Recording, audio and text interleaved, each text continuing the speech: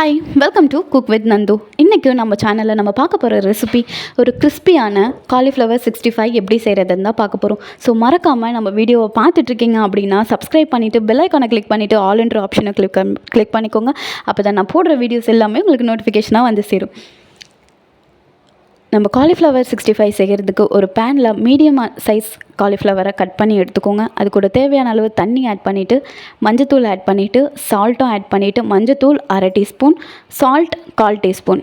இதை நல்லா 2 to 3 minutes கொதிச்சதுக்கப்புறம் நம்ம ஒரு பிளேட்டில் மாற்றிடலாம். ஈவினிங்கில் ஸ்நாக்ஸ் ஐட்டமாக இதை செஞ்சு பார்க்கலாம். ஸோ பசங்களுக்கும் ரொம்ப ரொம்ப பிடிக்கும். மசாலா ரெடி பண்ணிடலாம். அதுக்கு ஒரு பவுலில் 1/2 டீஸ்பூன் கார்ன்ஃப்ளவர், 1/2 டீஸ்பூன் கடலை மாவு, ஒரு சிட்டிகை மஞ்சத்தூள், காஷ்மீரி சில்லி தான் நான் எடுத்திருக்கேன். கலருக்கும் காரம் அவ்வளோ இருக்காது. 1/2 teaspoon garam masala, 1/2 teaspoon salt. அதில் 1/4 டீஸ்பூன் தான் ஆட் பண்ணி நம்ம வேக வச்சோம். ஸோ அதனால் இதில் 1/2 டீஸ்பூன் போட்டிருக்கேன். அது கூட கர்ட் ஆட் பண்ணி நல்ல ஒரு திக்கான ஒரு கன்சிஸ்டன்சியில், தண்ணியாக இருக்கக்கூடாது, திக்கான கன்சிஸ்டன்சியில் மிக்ஸ் பண்ணிவிட்டு நம்ம வேக வச்சுருக்க காலிஃப்ளவரை அதில் ஆட் பண்ணி நல்லா மசாலா ஒன்றோட ஒன்றா நல்லா கோட் ஆகிற வரைக்கும் மிக்ஸ் பண்ணி கொடுங்க.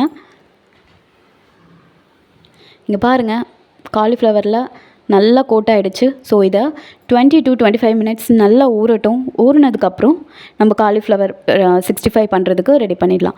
அதுக்கு ஒரு கடாயில் எண்ணெய் ஆட் பண்ணிவிட்டு எண்ணெய் நல்லா சூடானதுக்கப்புறம் நம்ம கோட் பண்ணி வச்சுருக்கேன் காலிஃப்ளவரை இதில் ஆட் பண்ணிடலாம். நல்லா வெந்து கலர்ஃபுல்லாக வந்ததுக்கப்புறம் கருவேப்பிலையை தூவி நம்ம சர்வ் பண்ணிடலாம்.